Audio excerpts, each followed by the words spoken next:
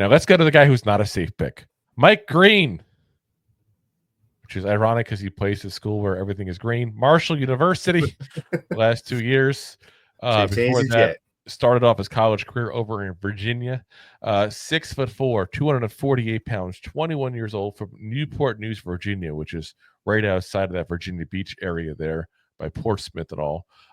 This past year, 13 games, 84 tackles, 23 tackles for loss, 17 sacks, 2 passes deflected, 1 fumble recovered, 3 forced, a 92.4 PFF grade. Now, Rob could attest that this is something I say all the time. People who've watched this show for the years that we've been doing it will also attest this probably as well. I always say this about small school kids. I don't care if you come from a small school. We have a little bit more learning curve potentially in the beginning when you first get to the NFL, sure. Here's what I care about. Did you dominate that small school? I would say 23 tackles for loss and 17 sacks, a 92.4 PFF grade. That's a nice dominance. Yeah, it's some damage there. Yeah, like you were probably the best player in the field whenever you went on any field, basically a lot of times. And that's okay. I have no problem with that. I just want to see that level of dominance. Talk to a couple of the guards that were, coming from Sacramento State and Jacksonville State, and the guys just point blank weren't that dominant. They were good. They weren't great. That scares me when I see that at a small school, because if you're good at a small school, it means you'd be less than good at a big school, which means you'll probably be bad in pro. Yeah. The transition's there. There's sound logic in this, guys. It's not rocket science. People overthink these things. Listen, if you're building, a doghouse with a nail gun, you better be, beating it up and doing it fast compared to a hammer. I'm not quite sure the analogy works, but okay. I don't know, but you better be doing it fast. At the end of the day, I don't know. At the end of the day, you better be nailing. Whatever. I'm saying this way: if he was at 92.4 PFF, I'm just using the PFF for a second because it's an easy number to talk about here.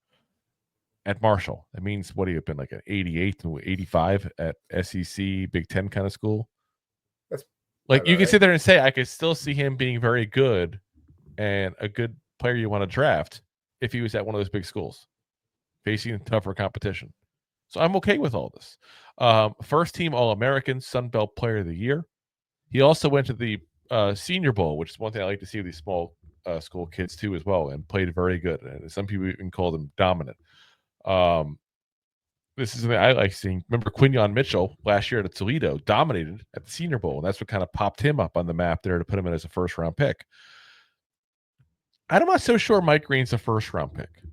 He's a borderline first-round pick, and I think somebody might fall in love with things that he does or might need an edge rusher and might go ahead and take him that early.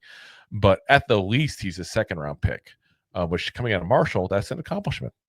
You think about the guys who came out of Marshall that were top-end guys, the Chad Penningtons, the Randy Mosses, it's not often you get a guy to that level of a first, second-round kind of guy out of that school. Got great pass rush moves, got good balance, high motor, good strength for his size as well, because, again, 248 pounds. He's not the biggest edge guy out there. But he plays like a guy's more 260 the way he is.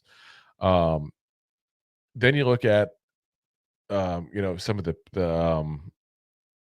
bad stuff there. He's got a little bit of trouble with the bigger blockers. Again, he's a little smaller, so that kind of makes sense. He has a tendency to arm tackle at times there. But the biggest question still is, you got to look again at where he's coming from. And can he go up from, a Sun Belt school at Marshall and go into, a place in the NFL and succeed like that, where you could say, yeah, he was worth a first or second round pick? I actually think he can. And I'm not always big on the small school guys. I think this is one of those guys that you can sit there and say, yeah, you know what?